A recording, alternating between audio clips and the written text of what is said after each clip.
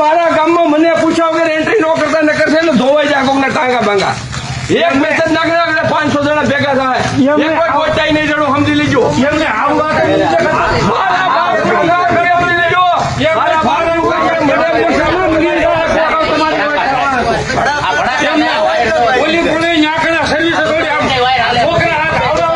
આંટી જાય એવડા છે અરે મારા માલા છે તો તમને શેકી હવાનો સોળગામાં તમને કરવા આવડે મારા ઉતાવળે આવ્યો છો ગામમાં ચેકિંગ કરવા તમે નો આવતા આ ગામ મારા બાપનું છે તમારા કોઈના બાપનું નથી એમ સમજી લેજો